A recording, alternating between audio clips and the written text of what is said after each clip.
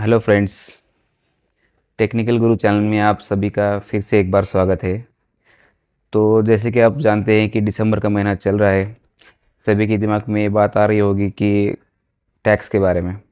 तो टैक्स के बारे में बहुत से लोग चिंतित भी होंगे कि किस तरह से हम अपना टैक्स बचा सकते हैं या किस तरह से टैक्स को कम किया जाए या फिर कटने से भी रोका जाए।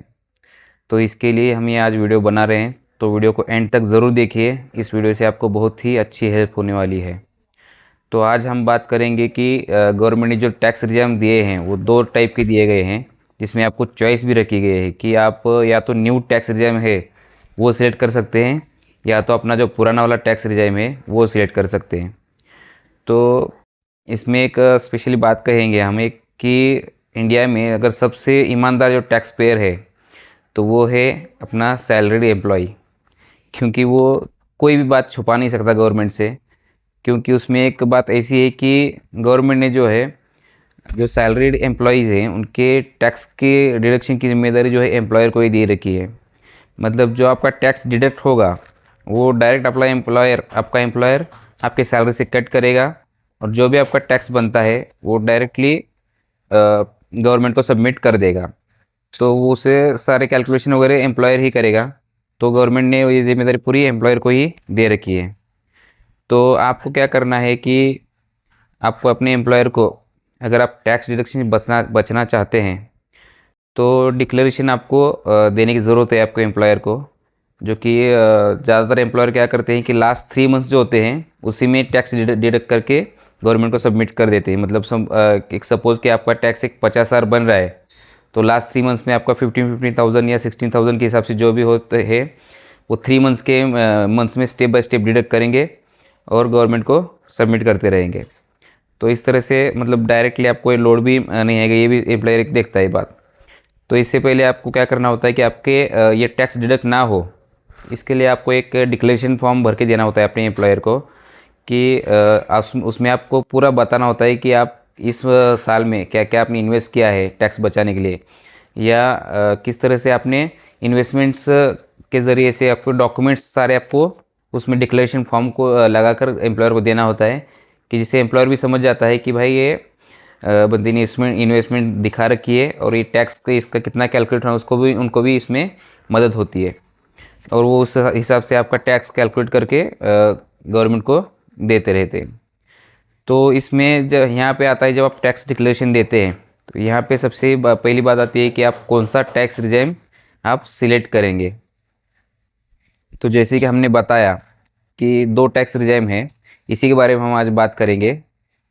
तो चलिए अपनी वीडियो को स्टार्ट करते हैं अब, और बताते हैं आपको कि कौन सा टैक्स रिजिम आपके लिए बेहतर है।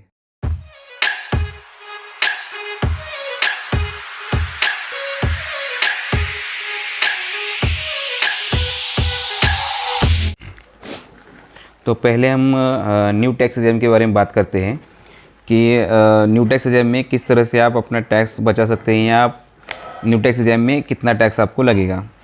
तो न्यू टैक्स रिजिम के रूल्स गवर्नमेंट ने ये इंट्रोड्यूस कराया है कि 7.5 लाख रुपए तक अगर आपकी ग्रॉस इनकम है तो आपको कोई भी टैक्स भरने की ज़रूरत नहीं है, या ना ही कोई आपको डिडक्शन दिखाने की ज़रूरत है।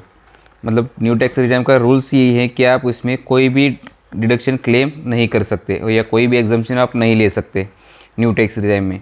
उसमें सिर्फ गवर्नमेंट की तरफ से एक ही एग्जम्पशन मिलता है, जो कि होता है स्टैंडर्ड डिडक्शन, जो कि है 50,000 सभी के लिए। थोड़ा सा वेरी होता है वो इसके लिए, वो उसके बारे में बाद में बात करेंगे। तो 50,000 नॉर्मली सभी के लिए है डिडक्शन। तो अगर आपकी सैलरी 7.5 लाख ग्रॉस है और 50,000 का आपको डिडक्शन गवर्नमेंट की तरफ से मिलता है, और आपकी सैलरी अगर 7 लाख के अंदर आ जाती है तो आपको कोई भी टैक्स भरने की ज़रूरत नहीं है। अब इसके हम स्लैब्स देखते हैं कि न्यू टैक्स रिजिम में किस तरह से स्लैब दिए गए हैं। तो आप स्क्रीन पर देख सकते हैं कि 3 लाख तक के लिए यहाँ पे दिया गया है कि कोई भी टैक्स नहीं है, पूरा नील दिखा है सभी के लिए। मतलब 60 ईयर्स अंडर्स के लिए और 60 ईयर्स अब वो जो सीनियर सिटीज़न है और सुपर सिटीजन तीनों के भी इधर कॉलम दिए गए हैं। तो हम सिर्फ अब एम्प्लॉयज़ के बारे में, जो सैलरीड एम्प्लॉय हैं उनके बारे में बात करेंगे कि उनके लिए कैसे डिडक्शन दिया गया है। बाकी आप सीनियर सिटीजन का देख सकते हैं, वो भी यहाँ पे दिया गया है। तो 3 से 6 लाख जो है उसमें आपको लगेगा 5% टैक्स, और 6 से 9 लाख जो है उस पर आपको लगेगा 10% टैक्स। 9 से 12 लाख तक 15% टैक्स लगेगा आपको, और 12 से 15 लाख तक 20% लगेगा, और 15 लाख से ऊपर आपको 30% तक टैक्स देना होगा। जैसे कि हम आप कैलकुलेट करते हैं इसमें, आप कहेंगे कि 7 लाख तक तो आपने बोला कि कोई टैक्स नहीं है, तो उसके बारे में हम बात करेंगे। पहले हम ये कैलकुलेट कर देंगे 7 लाख तक आपका टैक्स बनता कितना है। तो 3 से 6 लाख तक अगर 5% से हिसाब से हम कैलकुलेट करेंगे तो 15,000 टैक्स बनता है।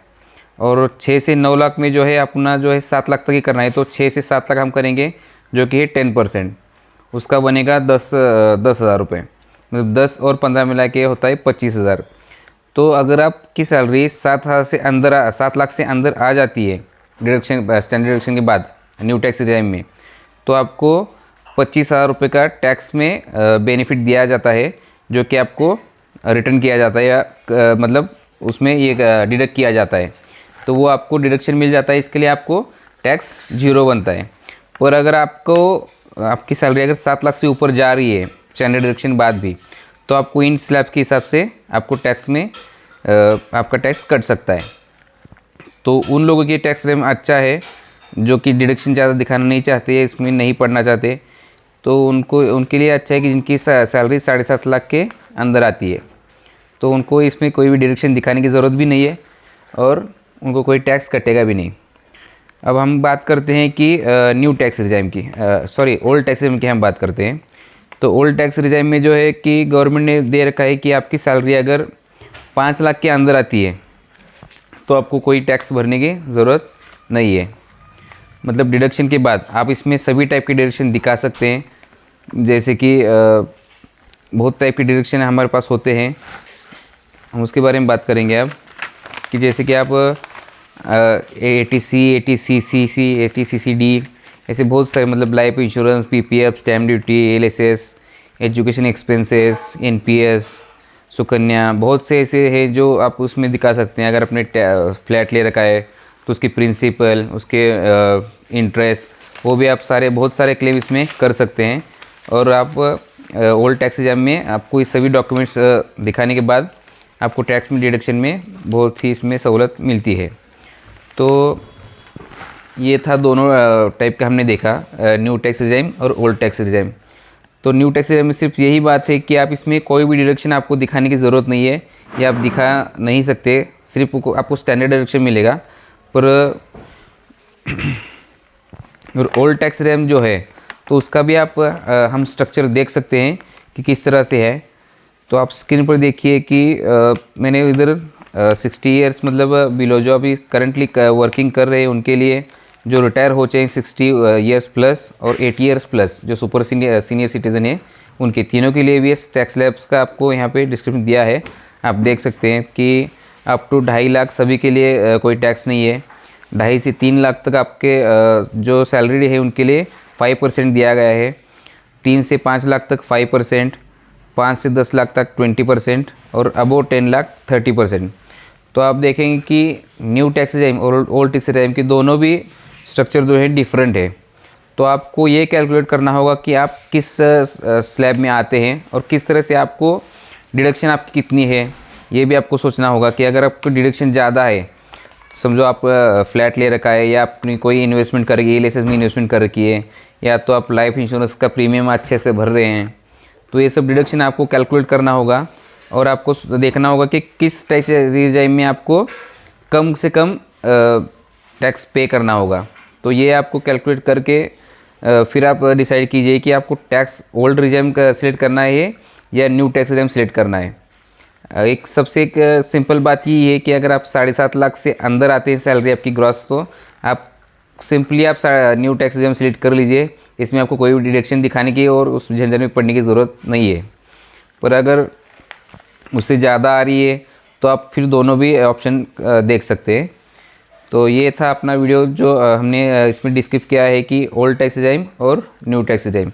अभी ओल्ड टैक्स रिजाइम में किस तरह से हम डिडक्शन दिखा सकते हैं, इसके बारे में डिटेल वीडियो हम बनाएंगे। तो हमारे चैनल को सब्सक्राइब ज़रूर कीजिए, और वो वीडियो हम जल्द ही आपके लिए लेकर आएंगे। तो उस वीडियो को आप ज़रूर देखना। शुक्रिया, धन्यवाद।